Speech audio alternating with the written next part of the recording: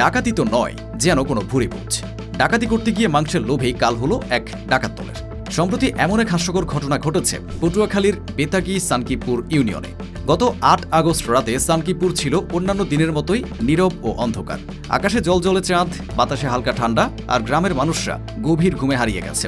ঠিক তখনই ঘটে এক অপ্রত্যাশিত, যেন সিনেমার মতো ঘটনা। কয়েকজনের একটি ডাকাত দল যেন জন্মদিন উদযাপন করতে এসেছে। তারা হঠাৎই সাইরুল ইসলামের বাড়িতে প্রবেশ করে। তারা কোনো দরজা ভাঙেনি, কোনো জানালা ভাঙেনি, কিন্তু এমন নিখুঁত পেশাদার অনুপ্রবেশ যে মনে হচ্ছে তারা যেন এক বিশেষ ডাকাতের দলের একাডেমি থেকে প্রশিক্ষণ নিয়েছে। ডাকাতদের লক্ষ্য স্পষ্ট, প্রথমে নগদ টাকা, স্বর্ণালংকার লুট করবে। কাজও শুরু হয় সেই অনুযায়ী, কিন্তু এক পর্যায়ে এক ডাকাতের নাকে ভেসে আসে রান্না করা মাংসের ঘ্রাণ। ধোঁয়া ওঠা মাংসের ঘ্রাণ কেই বা সহ্য করতে পারে? ওই ডাকাতও পারেনি। সে সবার কথা উপেক্ষা করে মাংস খেতে বসে পড়ে। ব্যাপারটা শুনে আপনার নিশ্চয়ই মনে হচ্ছে এই ডাকাতরা শুধু লুটপাটের জন্য নয়, খাওয়া দাওয়ার জন্যও সেখানে গেছে। যেন তারা লুটপাটের মাঝে মনে করছে শুধু ডাকাতি করলে হবে না, একটু ফুডি মেজাজও দরকার। এরপর শুরু হয় মাংস ও মিষ্টি খাওয়ার ভোজ। এক ডাকাতের সাথে পরবর্তীতে বাকিরাও যোগ দেয়। অস্ত্র হাতে ডাকাতেরা তখন শুধু টাকার নয়, পেটের ডাকও শুনতে পাচ্ছিল। লোভ সামলাতে না পেরে তারা কাজ থামিয়ে দেয়, বসে পড়ে খেতে, যেন গ্রামের কোনো বিয়ে বাড়ির ভোজ চলছে। পার্থক্য শুধু এখানে অতিথিরা আমন্ত্রিত নয়, বরং আমন্ত্রণ অমান্য করে এসেছে। একসময় তারা বসে পড়ে মাটিতে, কেউ থালায়, কেউ হাতে, কেউ বা হাড়ি থেকে নিয়ে খেতে শুরু করে। এমন এক ভোজ যেখানে হাসি নেই, শুধু চিবানোর শব্দ আর তৃপ্তির নিঃশ্বাস।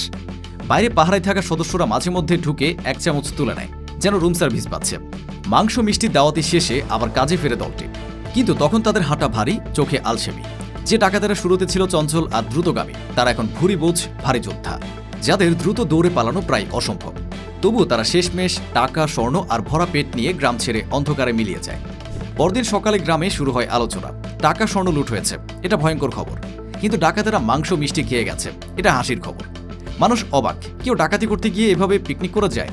এই ঘটনার পর স্থানীয়রা ঘরের দরজার পাশাপাশি ফ্রিজ আর হাড়ির ঢাকনাতেও তালা লাগানোর কথা ভাবছে।